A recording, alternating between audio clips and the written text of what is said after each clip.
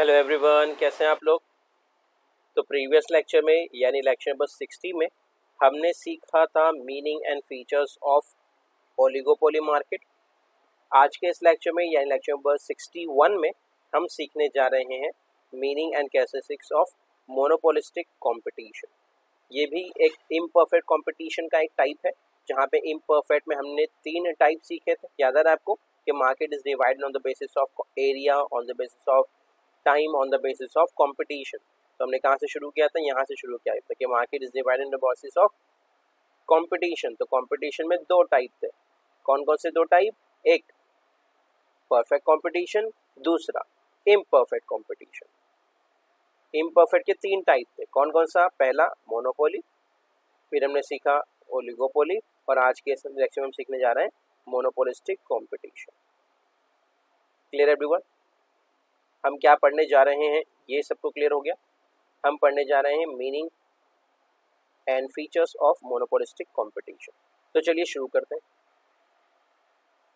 Different brands of liquid clean. आप देख पा रहे हैं अलग अलग तरीके के आपको डिटर्जेंट दिख रहे होंगे, अलग अलग तरीके के आपको डिटर्जेंट दिख रहे हैं, क्लीनर दिख रहे हैं, जो बता रहे हैं कि भाई ये हर प्रोडक्ट अलग अलग कंपनी का है, लेकिन आप देख पा रहे हैं ये सब काम एक ही करते हैं। यही होता है मोनोपोलिस्टिक कंपटीशन। परफेक्ट नहीं है, एक दूसरे से एग्जैक्टली मिलते नहीं है, लेकिन काम सब मिला जुला ही करते हैं।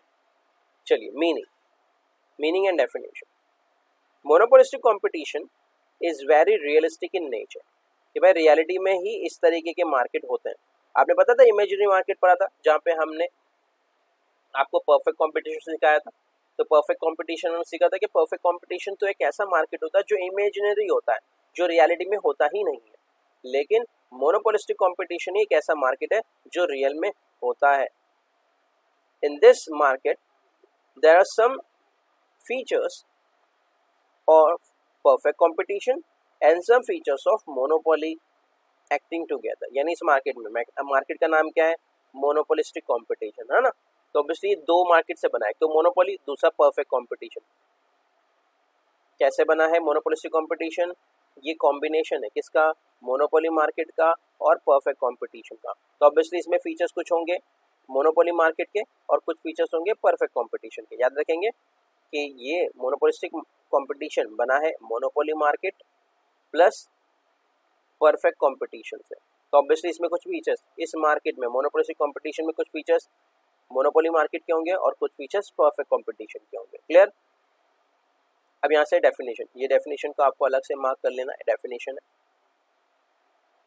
Professor E.H. Chamberlain coined this concept in his book Theory of Monopolistic Competition, which was published in 1933। आपको प्रोफेसर चैम्बरलिन का नाम याद रखना है, इनके लिखी हुई एक किताब जिसका नाम था थ्योरी ऑफ मोनोपोलिस्टिक कंपटीशन, वो याद रखना है, और वो बुक कौन सी में पब्लिश हुई? 1933 याद रखना है। इतना डिटेल में पूछना नहीं है, लेकिन फिर भी आपको पता होना चाहिए आपके आंसर का वेटेज बढ़ाने के लिए और आपके कॉन्सेप्ट क्लियर करने के लिए। ठीक है, चलिए। तो उन्होंने इस बुक में, मोनोपोलिस्टिक कंपटीशन बुक में, theory of monopolistic competition book में क्या लिखा है? डेफिनेशन देखते हैं।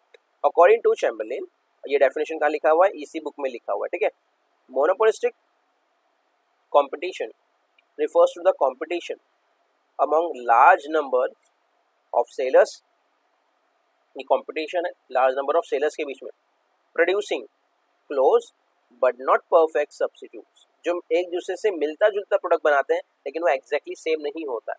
आपको एग्जांपल के तौर पर उन्होंने समझाया कि भाई जो सर्फ एक्सेल है ये टाइड के जैसा नहीं है। टाइड के ऑब्वियसली काम सेम ही कर रहे हैं, लेकिन परफेक्ट सब्स्टिट्यूट नहीं है। आपको एग्जाम्पल के तौर पर, इसी तरीके से आपको यहाँ पे आप देख पा रहे हैं रिन का एग्जाम्पल दिया हुआ। ठीक है, ये टाइड का एक डिजाइन है, आप डिजाइन देख के समझ पा रहे हो, ये एरियल की तरह दिख रहा है आपको। ये कोई भी लोकल ब्रांड की तरह हो सकता है। तो ऑब्वियसली आपको समझाने के लिए दिया, ऑब्वियसली ब्रांड का नाम नहीं लिख सकते, तो उन्होंने एग्जाम्पल समझाने के लिए आपको लिखा कि भाई ये सब चीज एक ही तरीके का काम कर रही है, कपड़े धोने का या फिर क्लीनिंग का, लेकिन ये प्रोडक्ट जो है वो एग्जैक्टली सेम नहीं है।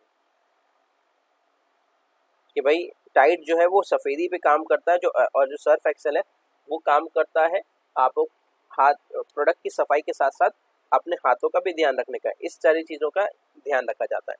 ठीक है, तो ऑब्वियसली ये जो फीचर है एक प्रोडक्ट का दूसरे प्रोडक्ट के, सर्टेन फीचर सेम है लेकिन एग्जैक्टली उसे हम सब्स्टिट्यूट नहीं कहेंगे, परफेक्ट सब्स्टिट्यूट नहीं कहेंगे।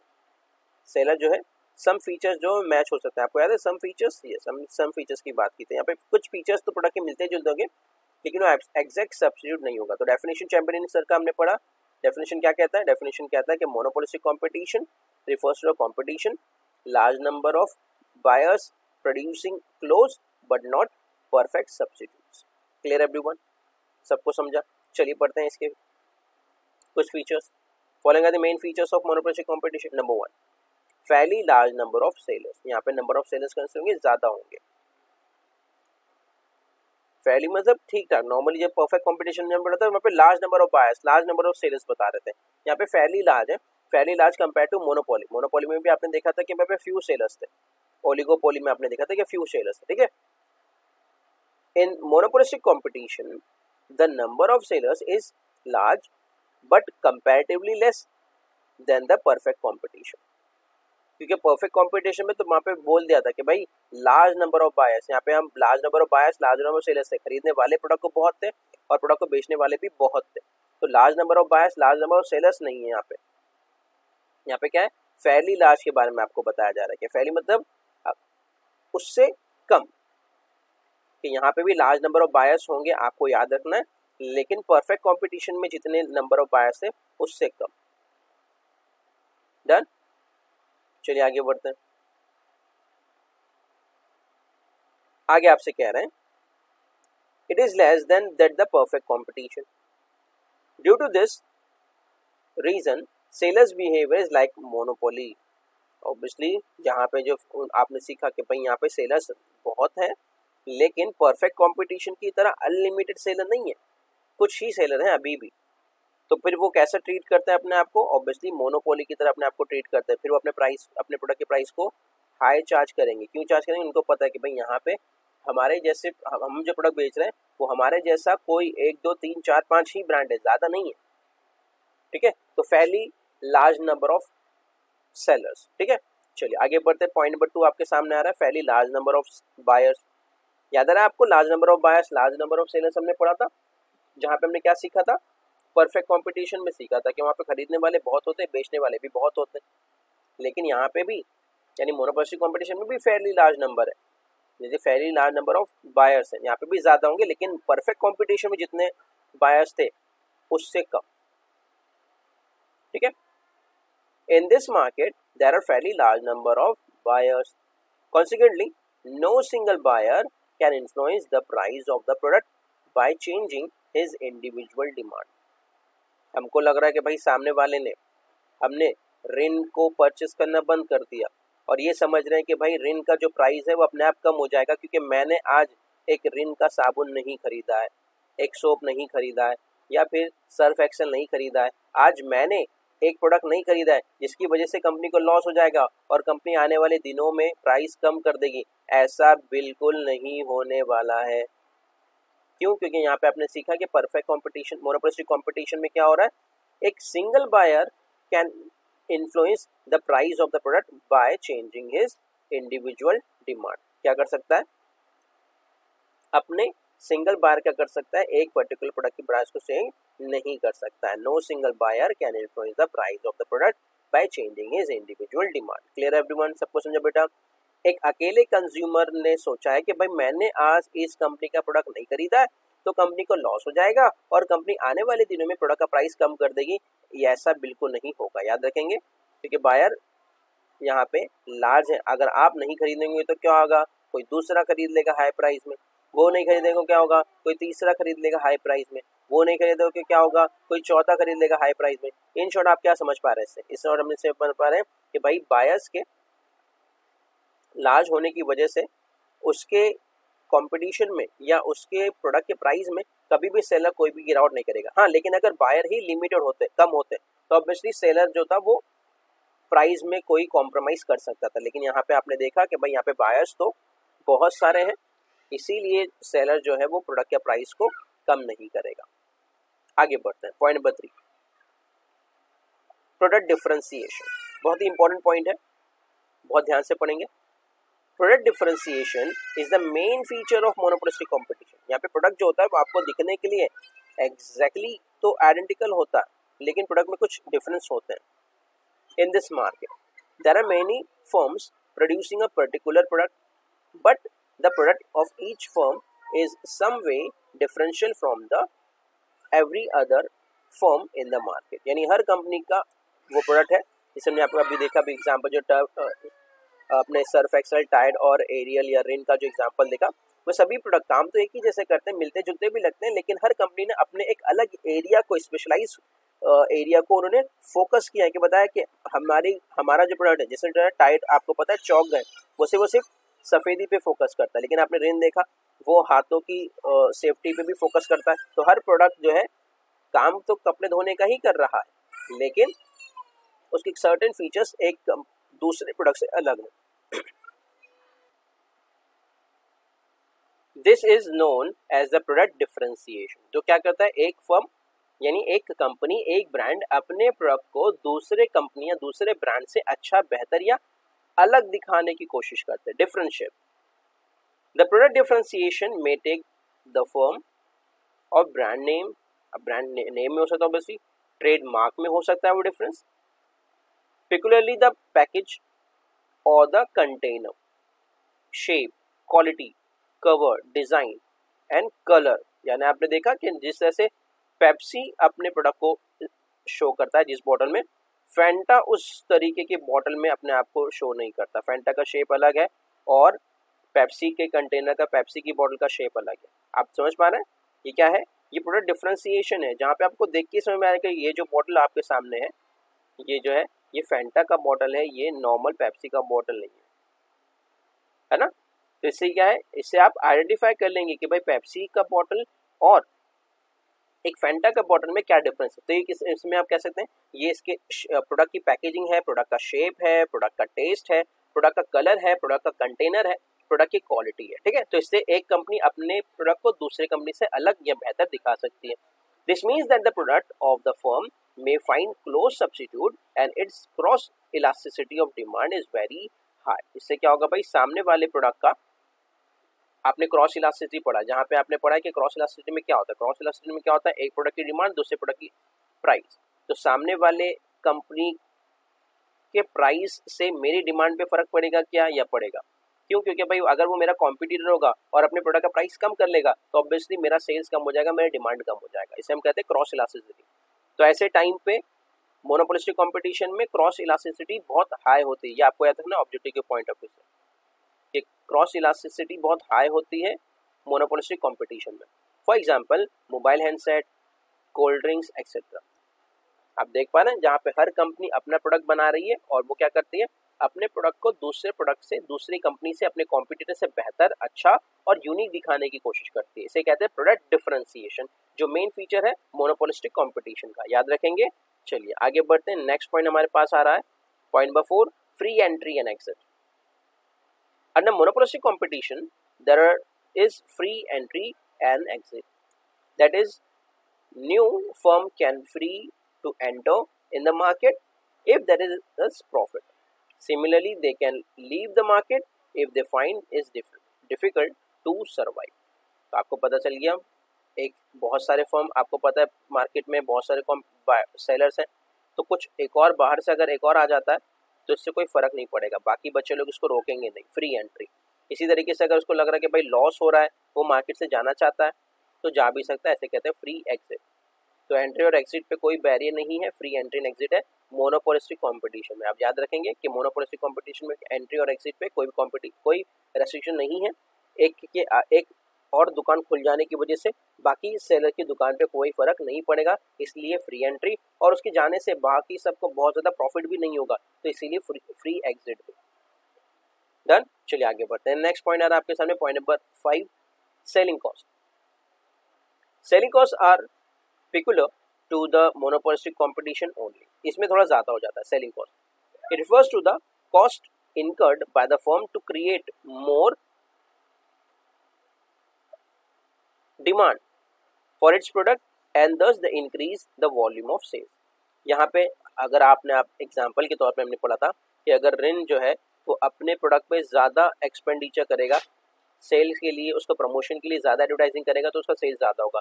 और अगर दूसरे फर्म ने, दूसरे कॉम्पिटिटर ने उससे ज़्यादा प्रमोशन किया तो ऑब्वियसली उसका सेल्स ज़्यादा हो जाएगा।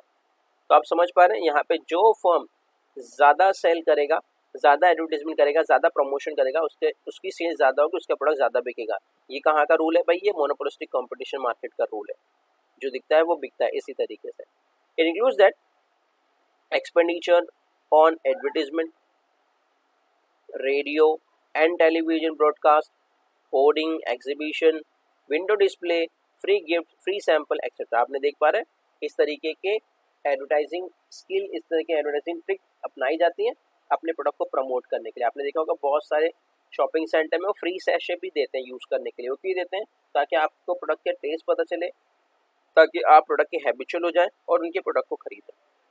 ठीक है, वो विंडो डिस्प्ले मतलब भी ऑब्वियसली आप जाते हैं दुकान पर जो लगा होता है आपको देखने के लिए, उसे कहते हैं विंडो डिस्प्ले। रेडियो टेलीविजन हो सकता है, रेडियो के थ्रू हो सकता है, टेलीविजन के थ्रू हो सकता है, ब्रॉडकास्ट के थ्रू हो सकता है। होर्डिंग आपने बड़े बड़े बैनर्स के तौर पे देखा। एग्जीबिशन होता है, आपको याद है अपने एग्जीबिशन होता है जहाँ पे बहुत सारे लोग अपने प्रोडक्ट को प्रमोट करने के लिए आते हैं, उसे कहते हैं एग्जीबिशन। ठीक है, तो ये ट्रेड एग्जीबिशन की हम बात करें जहाँ पे हम प्रोडक्ट को लोगों को और या फिर अपने पर्सपेक्टिव कस्टमर को दिखाएंगे, शो करेंगे। फ्री गिफ्ट, फ्री सैंपल दे सकते हैं। अभी हमने सैशे की बात की यहाँ पे, जो कि एक एडवर्टीजमेंट ट्रिक है ताकि अपने प्रोडक्ट के बारे में कस्टमर को बताया जाए, यूज करके उसके बेनिफिट समझाया जाए। तो मोनोपोलिस्टिक कंपटीशन में प्रोडक्ट को प्रमोट करने का कॉस्ट हाई होता है। याद रखेंगे, जो कंपटीशन, जो फर्म आगे बढ़ना चाहता है वो ज़्यादा एडवर्टीजमेंट करे और ज़्यादा सेल्स कमाए, ज़्यादा प्रॉफिट कमाए। 6 close substitutes. In monopolistic competition goods are close substitutes to each other. आपको पता है भाई यहाँ पे रेंज जो है वो सर्फ एक्सेल से, सर्फ एक्सेल जो है वो व्हील से मिलता जुलता ही है। For example different brands of soap, toothpaste etcetera. अब सब काम एक ही करते हैं, चाहे वो पेप्सोडेंट हो चाहे वो कोलगेट हो, लेकिन हमको दिखाता है कि भाई अगर कोलगेट नहीं हुआ तो आप पेप्सोडेंट से भी दांत घस सकते हैं, इससे कोई फर्क नहीं पड़ने वाला है, आप ब्रश दोनों से कर सकते हैं। तो ये क्लोज सब्स्टिट्यूट होता है। 7 कॉन्सेप्ट ऑफ ग्रुप।